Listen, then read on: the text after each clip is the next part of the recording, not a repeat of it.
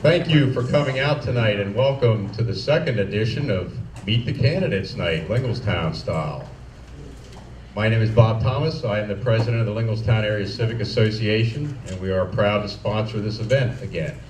Before I get into tonight's event, this is a first public opportunity. I just wanted to thank any and all of you that participated in our Taste of Linglestown last month. We had a great event, about 500 people attended.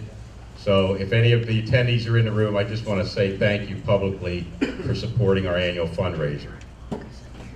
All right, tonight we have a pretty aggressive agenda. We're going to try to hit both the township, well, not try. We are going to hit both the township and the CD school board tonight.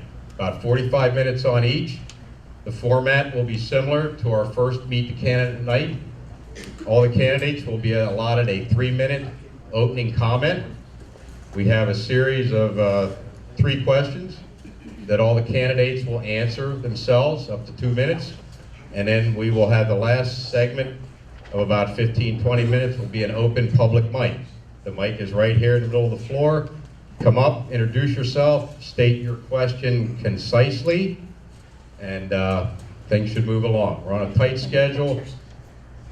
Some people need to go to work yet tonight. That's right. So we're going to move along pretty quick. If modern world, if everyone, let's all get our cell phones out together and put them on mute. All right? You got that? Wanted to make a pitch. If you like what you see going on in Linglestown, the Civic Association needs your help. We have a good problem in that our events continue to grow. But that also means I need more volunteers out here to help us set up, tear down, and so forth. So if you like what you see going on out here, we have membership applications on the back table. We meet the 3rd Wednesday of every month, 7 o'clock in the small meeting room right in front of the firehouse here. Please consider joining. Our dues are a whopping $10 a year. And actually, if you pay this time of year, you're paid up for next year. So this is a good time of year to join, because we grandfather you into the next year. So we do have 40, I want to let them know how strong we are at 45 members. 45 members. We do things like quarterly road pickup throughout Linglestown. We do the New Year's Eve celebration on the square. We light the Christmas tree. We have the Taste of Linglestown, which is a good time for everybody. And there's probably 6 things I'm forgetting, but we do the street banners through town. We repositioned the Welcome to Linglestown sign. There's one more surprise coming your way on that sign. It should be soon, and you'll notice it as soon as you drive by it. All right, let's get into tonight's event. I wanted to make one announcement. Where is he? Mr. Epstein and I have mutually agreed, since he has cross-filed, he is basically guaranteed to be elected to the board, the school board. So we mutually agreed that all of you really did not need to hear from him tonight. So, Good round of applause. I never got what that means.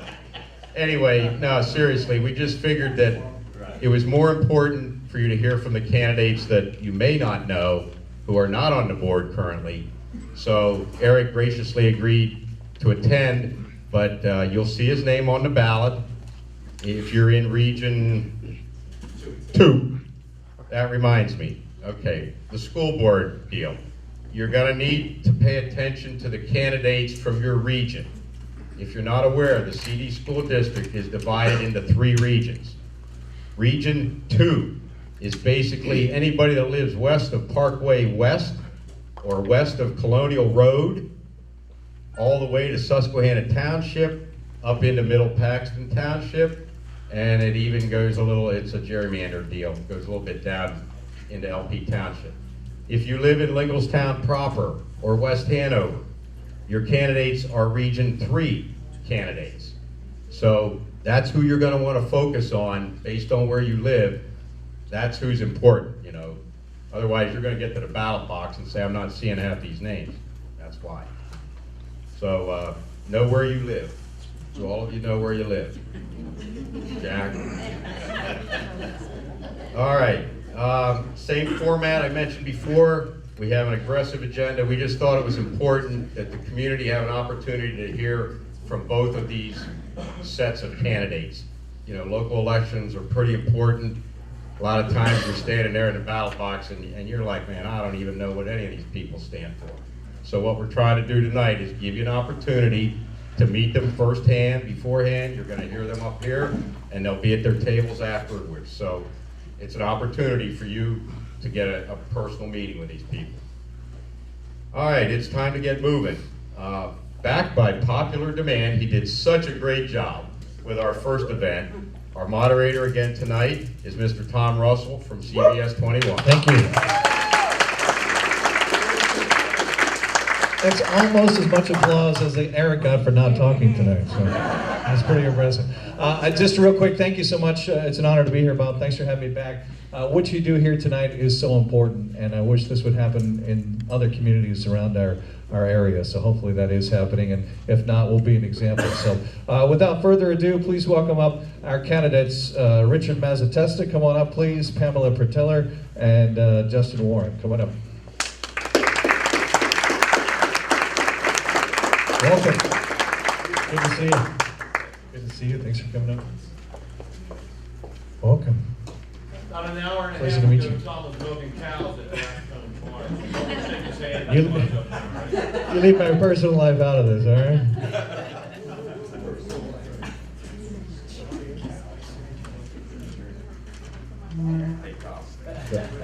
Just so you all know, Eric Mock could not make it tonight. He has a commitment with his job, so We will have a statement from Eric in he just a provided a second. written statement that I'll read for him, but you'll see an empty chair up there. That's why.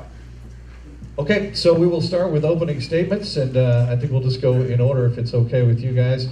First off, Richard, if you're ready, please welcome yourself to the crowd. Thank you very much. Oh yeah, please use the mic, guys. Bring it up. Is that Sing working? with you guys, yep. Thanks. I'm not sure how much time we have, but I'll just say whenever. Oh, I'm sorry, that's my fault. 3 minutes. Whenever we get close to 3 minutes, just say. time's Right up. over here, we'll have your time for you. Very good. Thank you for being aware of that. My name is Rich Mazzatesta. Rich, could you hold the mic a little closer there? My name is Rich Mazzatesta. I'm a professional educator. I spent my entire life in public school education. I began my career in 1971 teaching right here in the Central Dauphin School District.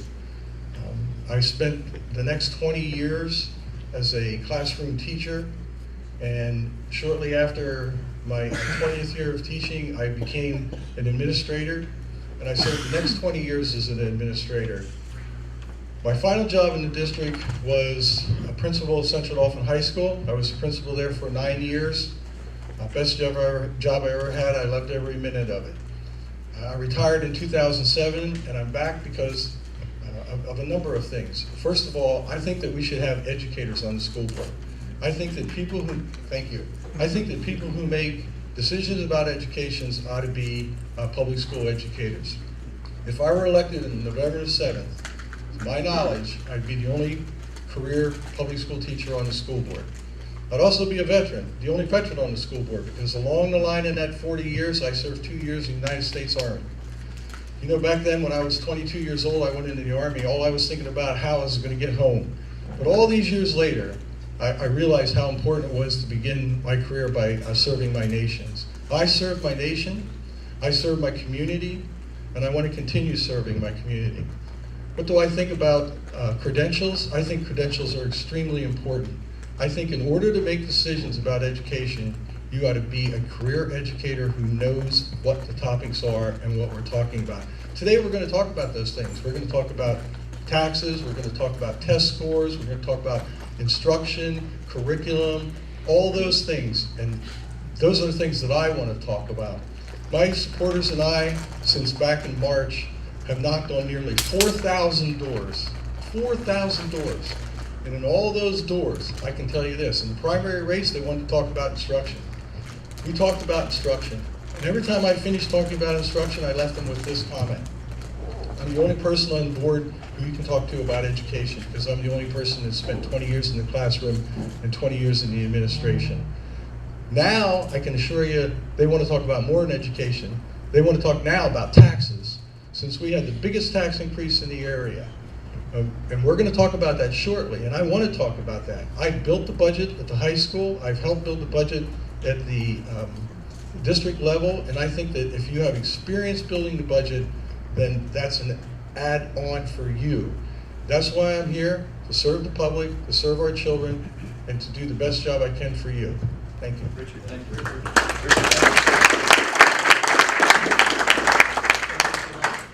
Pamela, we'd like to turn it over to you, please.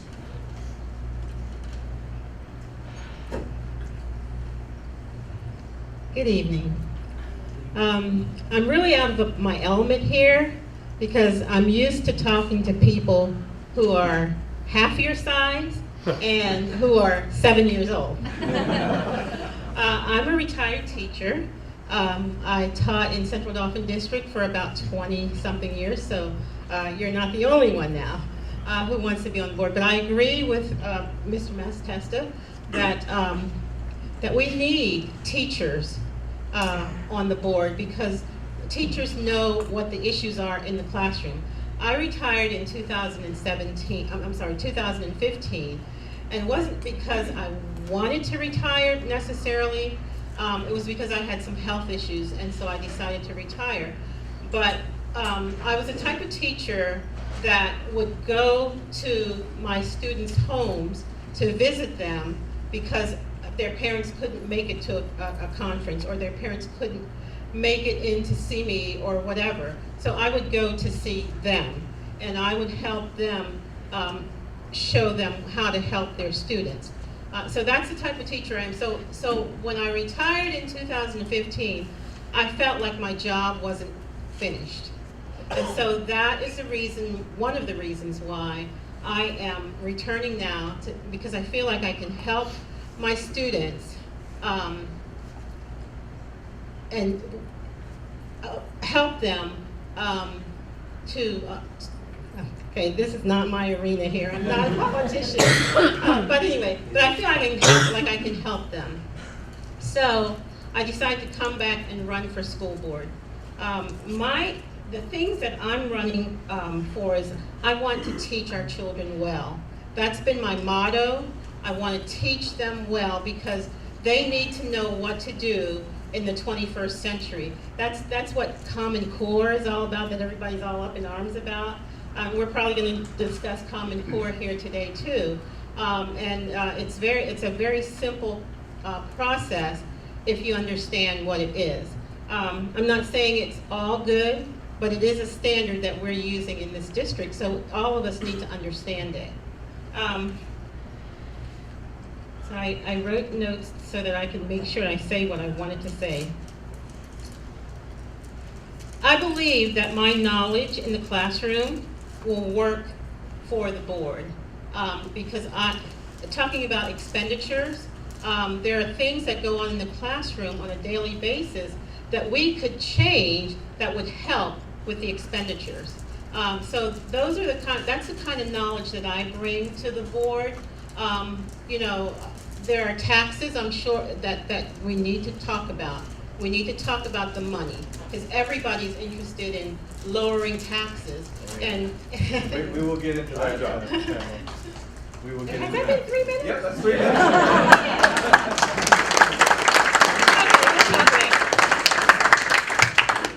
Justin, jump on in. Ladies and gentlemen, my name is Justin Warren. I am for Region 3. I live in West Hanover. I've been a West Hanover resident since 2001. And I'll just give you a quick background on how I even got there. So when I moved to Pennsylvania, moved to central Pennsylvania, my father gave me 3 great words of sage advice. And they were, move to an area near the highway system, move to an area where it's a growing community, and move to an area with great schools. So let me just go down this check mark. West Hanover, you've got 81 right there, Route 22, check, right? Second was a growing community. At the time we moved in, West Hanover was the fastest growing township in Dauphin County. And then lastly, great schools. And West Hanover Elementary and Paxton at the time were the 2 best elementary schools in Central Dauphin School District. So it was a very simple decision for me to make to move my family there. So now let's flash forward 16 years. I have a daughter now that has graduated from Central Dauphin High. She is now in her junior year at Bucknell. And I have a son that's a senior currently at CD. So unlike my opponents here, what I will tell you is this. I'm a parent. I'm a community volunteer, and I'm a person that cares about our community, and I've spent my entire life either being professionally engaged or helping the community. So let me just kind of give you some background on that. Professionally, I work in the wireless industry and technology. So there are a lot of issues that the school district faces when it comes to technology and how to leverage it and so on and so forth. And that's an expertise that I bring to the table. Second, as a community volunteer, I've served I served for 4 years as the chairman of the Dauphin County Gaming Advisory Board. I served on that board for a total of 5 years. I served as the Dauphin County Republican Committee chairman for 2 years.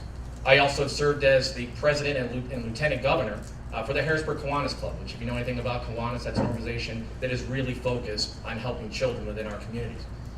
I've been a CASA coach, and currently I'm a coach right now for the former Lingelstown Colts, now the CD Rams midget football program, and I'm very proud of it.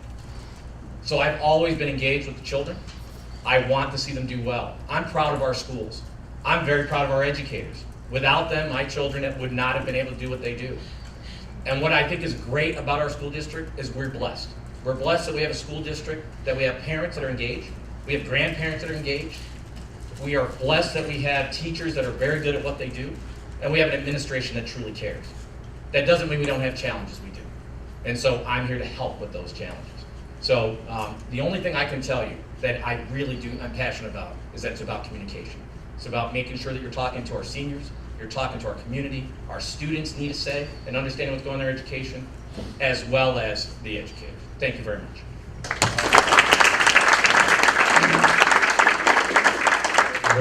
Oh, there we go. All right. What we're going to do now, guys, is we're going to give you a question. Each of you will have 2 minutes to respond.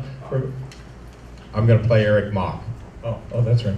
Sorry about that. Playing the part of Eric Mock tonight. Never met him, so no, Eric couldn't be here. He did ask if I could read an opening statement for him, which I agreed to do. I just thought it was the fair thing to do. So pretend I'm Eric. Government. I believe in local governments that work for everybody and not just the well-connected. We will put taxpayers first, be open and responsive, and always listen to the concerns of the community. Open space. I support increased recreational opportunities for residents, including more open space, increasing park and playing fields, interconnected sidewalks, and the expansion of bike and walking trails. Safety. I am committed to safe and secure learning, living, and workplaces for all township residents. Schools. I have called for the state to meet their education funding commitments rather than pass the costs on to the homeowners. We have advocated for the elimination of burdensome testing requirements and unfunded mandates, and consistently asked for charter and cyber schools to provide real results and real receipts. Traffic. Lower Paxton Township should not be turned into a parking lot. We support smart growth and have been actively involved in the Route 39 land use and transportation study. We are committed to finding solutions to traffic congestion along many roadways in our township. Good. You want to keep going? Hang on. All right, hang on. Take two.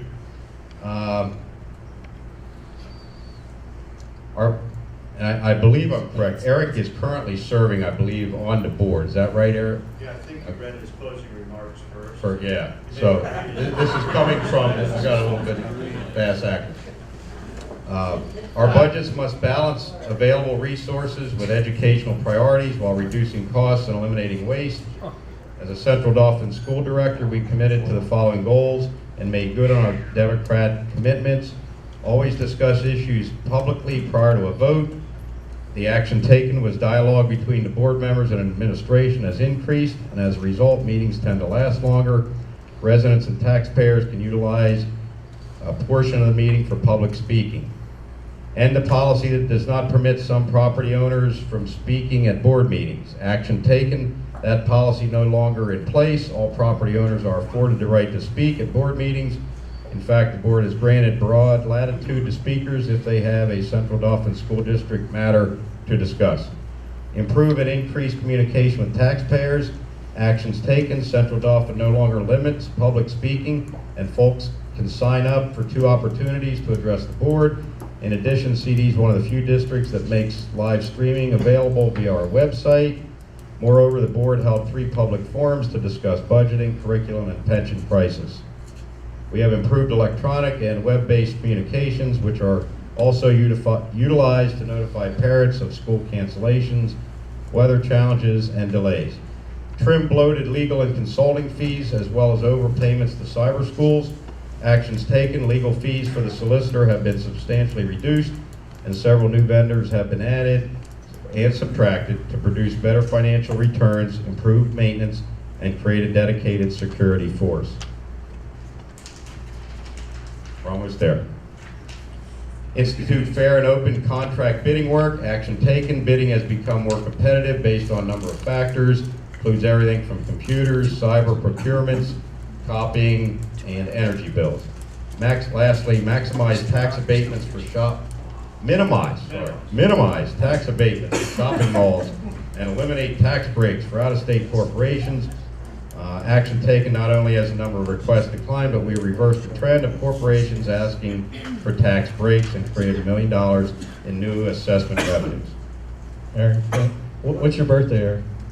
Put him on the spot. He didn't know. Again, that is Eric Mock's statement, so thank you. What region is he representing? What region is Eric? Eric is 2 with Richard, correct? 2. That's correct. So these 2 folks are 2, these 2 folks are 3. Good question. All right, so our next segment is I'm going to throw out a question. Candidates, you'll have 2 minutes to answer the question. So according to the financial statement of the district's website, Central Dauphin School District currently has a net asset balance of negative $130 million, due solely to the teacher pension liability. Our school real estate taxes just increased 6%, significantly more than neighboring districts. The district's unfunded pension liability increased by 10% or 20 million, or 10% or 20 million since last year alone. Beyond continuing to increase our taxes, what bold new ideas do you have to solve the pension issue? Richard, we'll start with you. Please use your microphone, Richard. Thank you. First of all, this is a very interesting question. It mentions right outwardly the professional staff at the Central Dauphin School District. The pension issue is not a problem that was created by the school district, nor was it a problem that was created by the teachers. The teachers paid their share of the pension in every year every year of existence of the pension. This problem was created by the legislature. The legislature needs to find a way to solve this problem, and it certainly needs to find a way to relieve the districts. But having said that, let me tell you that I circled the word solely because it says it's solely because of the teacher's pension. Our budget isn't a problem solely because of the teacher's pension. The monitor mentioned the fact that we had a significant tax increase. That's quite true. As a matter of fact, Central Dauphin School District, as you all know, had a 5.9% tax increase. The neighboring schools, Cumberland Valley 2.5, Mechanicsburg 2.0, Steelton 3.0, Susquehanna Township 2.5, Deary Township 0, Harrisburg 0, Lower Dauphin 0, Middletown 0. Do they not have teachers in those school districts? Of course they do. It's not about the teacher pensions. It's about how we spend the $195 million that we bring in into our budget each year. That needs to be discussed, analyzed, and watched by people who actually know about education and know what the educational dollars are spent on. When you talk about curricular programs that are added to the district, we pay $2.5 million for a program in the district right now. In order to substantiate that kind of expenditure, people who actually know about education need to make those decisions. Thank you. Thank you, Richard. We appreciate that. Again, Pamela, I'll pose this to you. Beyond continuing to increase our taxes, what bold new ideas do you have to solve the pension issue? Well, as Mr. Malatesta already said, this is not an issue that we can solve. The legislatures have to do that. But the increases that we had were increases not just because of pensions, but we have unfunded mandates in this district that we have to fund. And we have to pay for special ed. We have to pay for all the different curricular needs that we have. So it's not like these increases are coming just because we want to increase. The federal government has something to say on that. They're telling us what we have to do, but they're not funding it. So we have to fund it. So that's one of the reasons why we have this increase. And I do agree with Mr. Massatesta. We can look at what we're doing in the classroom, and we can, as educators, determine whether that really is necessary, or how we can change it, or how we can fix it to bring that cost down. But there are some costs that are fixed, and we can't do anything about that. And as you can see, the taxes were increased by 6%, but the pension liability is 10%, so we didn't really cover that either. But what I am going to say too is Mr. Epstein deals with that quite a bit on the board, and I'm going to defer to him for any other questions that you might have on that, because he has all the answers. He's been dealing with it for a long time. So, But he's not allowed to talk. Yeah. So, thank you, Pamela. We appreciate it. Let's move on to Justin. I'll pose the same question, if we could have your attention. Beyond continuing to increase our taxes, what bold new ideas do you have to deal with the pension issue? So you've already heard that clearly this is an issue that is something that is really driven at a state level with our legislature. The difference is it's not just pointing a finger and saying it's their problem, they need to fix it. We need to be engaged in the process and be part of the discussion. And I think that's a big difference. So one of the things that I have no problem doing is working with our legislators. I know our legislators, and I'm happy to sit with them to talk about the issues and understand it and bring that information back to you. Now, full disclosure, I'm going to tell you, you're not always going to like the answer. But at least you will understand what's going on, and we will come up with ideas. But at the end of the day, it's about working with them, not just pointing the finger and saying, not my problem. It is our problem. It's all of our problem. The other thing I will tell you is this. You heard the conversation about there's other expenditures that need to be taken care of, and how can we thin the budget and things of that nature. Folks, a couple of things you may not be aware of. That pension is 28% of the budget. It's an issue. We have to address it, and it has to be addressed with the state. We have 40% of the students that are low income now. Our school district has changed. It is no longer just a very wealthy school district. We now have more students on school lunch programs than at any other time. So that has to be taken into consideration. You have more children with special needs. That puts burden on that as well. And these things are all important. So again, I don't think there's a one-size-fits-all model here. It's working through the issues, understanding what the issues are, and being responsible with the dollars that we're responsible for. Thank you. Thank you, Justin. All right, our next issue, another hot topic. The continual increase in school property taxes has become a huge burden for retirees and those on fixed incomes. Some state elected officials have started to explore alternatives to the current property tax-based system. Would you support an elimination of the school property taxes if an alternative funding mechanism could be developed? Why or why not? Richard, we'll come back to you. That's an easy one. Of course I would support the elimination of property taxes if the state could come up with a program to substitute them. Everyone in this room, including myself, is a taxpayer, and we pay a lot of taxes. I want to mention something about the previous question, however. The district filed for 2 waivers in the 5.9% budget increase. One of the waivers for teachers' pension, 0.5%. That's it, 0.5%. If you subtract that from 5.9%, we still had a 5.4% increase, and as I read these numbers to you, are much larger than any of the neighboring districts. Back to the property taxes, we're caught, as Justin said, between a rock and a hard place.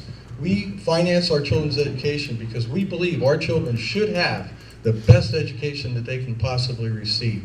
Every one of us believe that. I spent my entire career trying to give kids a chance to get the best education they could get and get a chance in life and to better their life When I grew up, my mom and dad wanted me to have a life better than they did. I agree with that. That's what we try to do. So until we find a way to substitute property taxes, what we have is property taxes. And I think that the way to control property taxes is to scrutinize the budget, spend the money wisely, and do the best we can to keep those particular taxes down. So we have a budget of about $195 million. If you call the district office, they'll tell you 70% of that is personnel. If you subtract that 70%, say, let's just say that's 2/3 of the budget, that lets 1/3 of the budget left over, 1/3 of 200 million, roughly speaking. We're talking about $70 million of discretionary spending in the school district. So how do we spend that $70 million? That's an important question. If you elect me on November the 7th, I promise to find out the answer to that. Thank you, Richard. We appreciate it. Pamela, we'll pose this to you. Would you support an elimination of the school property tax if an alternative funding mechanism could be developed? Why or why not? Hey, listen, I live right down the road, so I pay taxes in this district too. And if I didn't have to, I wouldn't do it either. So yes, I would support that. However, until we find, as Mr. Massatesta has so eloquently said, until we find something else, taxes is what we have. Again, if you elect me, I would work with the board to try and find ways to cut spending whichever way we can. And my colleagues and I have talked. We talk sometimes on a daily basis about, why are they giving us this program when we have this program, or why are they eliminating this program when we could still use this program? So teachers are already talking about it, and if we could get information to the board about what we're thinking about, how we're seeing the waste, how we're seeing things not being like they could be or should be, that would help to cut the spending. So my bottom line though is children. I really feel like children should get the benefit of whatever monies we're spending, because I've been in their homes. I see what's going on. And as Nelson Mandela once said, education is the way to counteract ignorance. And so we really need to educate our children, not only with reading, writing, and math, but with just humanity, just being humane. And so I'm for spending the dollars on education. But yeah, I would support that. Thank you, Pamela. We'll move on to Justin. Would you support an elimination of the school property taxes if an alternative funding solution could be found? Why or why not? If an alternative funding program was there, absolutely. That goes without saying. And there's no reason not to support that. What I will hit on is this, and I think it's something that does. Make sure your mic's on there. Okay, sorry about that. I think it's important to talk about the fact that it's important to understand that we do have senior citizens with low income senior citizens. And we need to make sure that we're protecting those folks. We shouldn't have people losing homes when they just do not have the money and they've paid all those years. So we need to be conscientious about that, and I think we all have a sensitive thought as it relates to that. Additionally, though, I think it's also important to talk about how we continue to cut costs, and I think a lot of it comes down to, and again, it's not a huge portion of the budget, but it is a portion of the budget, and that is how do we procure materials, right? So can we be more efficient in our procurement models? How do we go about it? Are we leveraging technology to the best of our ability? So you've got ways to utilize the internet more. You really don't need as many physical books to do the work anymore. You don't need as much paper as you did in the past. Children have access to laptops. There are some that don't. So there's ways to get around that. So again, we just need to think about how do we leverage technology to cut costs? How do we procure better within the school district and make sure that we're doing it efficiently? Thank you. All right, thank you. We have one more prepared question, then we'll open it up to you. So get your brains thinking on some questions here. Richard, we'll go back to you. How do you think technology can be used to improve the educational experience? I don't mind answering each question first, but it's okay. Again, I was a teacher since 1971, so should I tell you about technology in 1971? I wasn't sure we had some of the teachers I worked with were here. I'm not so sure we had electricity back then. Technology is a great thing. Everyone sitting here has a telephone in their pocket. And 95% of those phones have internet to the access to the internet. The internet is a world of knowledge. Because I worked all my life in education, I sat on IT committees to improve technology in school districts in 4 different school districts. Technology is a great thing. Using technology is a very important thing. It opens up doors to everything imaginable. I'm going to guess that very soon in the future, a few years ago, who would have thought we would be able to carry the internet in our pocket? And who knows what we're going to see in the next few years. School districts create plans to improve their technology. Those plans get budgeted. They usually take more than 1 year, usually 5 years, and sometimes a little bit more, to implement. Because when you think about it, we have 19 schools. We phase in technology in those 19 schools. You can't possibly do it in 1 single year. I think that technology is a great thing. I think the more technology we have in our school, the better. And I think our teachers using technology is the greatest thing that could possibly happen to our kids. One last thing I'll say in my 20 seconds. All those kids that have cell phones at school, they know more about technology than we're going to ever know. Thank you. You said 1971, so you don't want to bring the film strip back, is that right?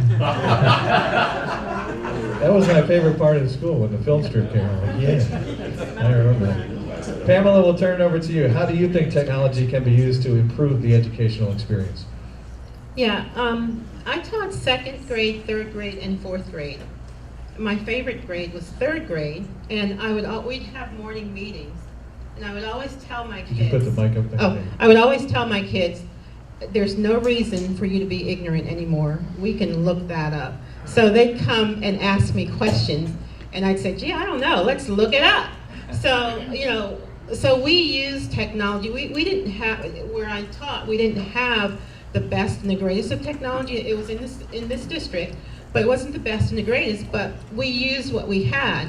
And I remember when we got rid of our reading program, and we were buying a new program, and one of the reasons they said they were getting rid of it was that because the children in the books didn't look like the children, they were a little dated.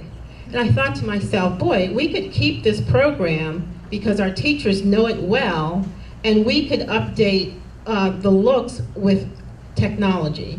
We could find places on the internet that show the difference in what the children look like in the book and what they look like today, and that could actually be a lesson. So that was one way I used technology in the classroom, and I could think of myriads of ways that we could use technology in the classroom. And as I think it was Justin said, that we don't need as many textbooks.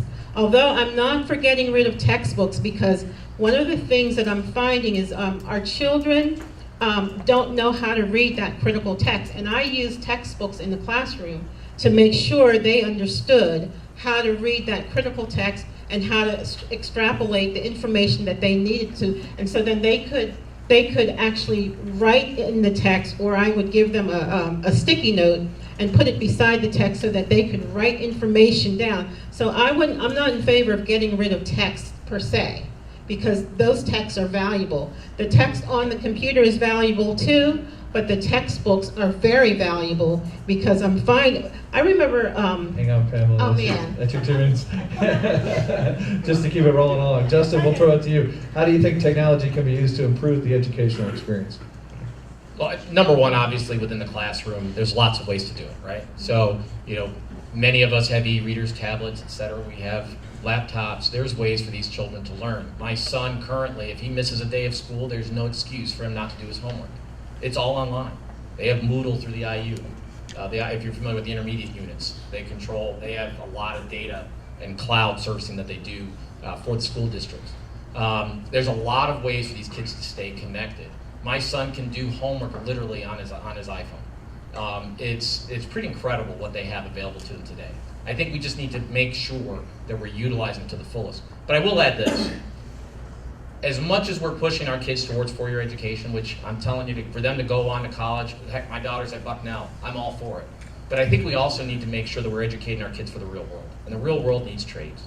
The real world needs people we have young men and women that are going to the military, and they're going to learn a lot of skills there, so they need to learn those, as well as in the workforce, and as well as when you think about even our children with special needs. They all need access to quality education. And one of the things that we have to do is we have to leverage that technology. And let me just give you a quick example. I talked to a university, I was at a conference, that is literally taking children that are going to their VOTEC, if you will, and they're letting them do the LAN work. They're doing all the local area network stuff. So they're pulling cable, they're actually cabling, they're teaching them a real skill that they can use on how to just cable a building and set up Wi-Fi. They're teaching them how to do it. And they're letting them do the work, and they're not even having to pay contractors to do it. And the kids are getting some sort of a credit for doing that work. Think about it. It's something that we can do more of, and the kids actually get real hands-on education on how to do it. Just something to think about. Thank you.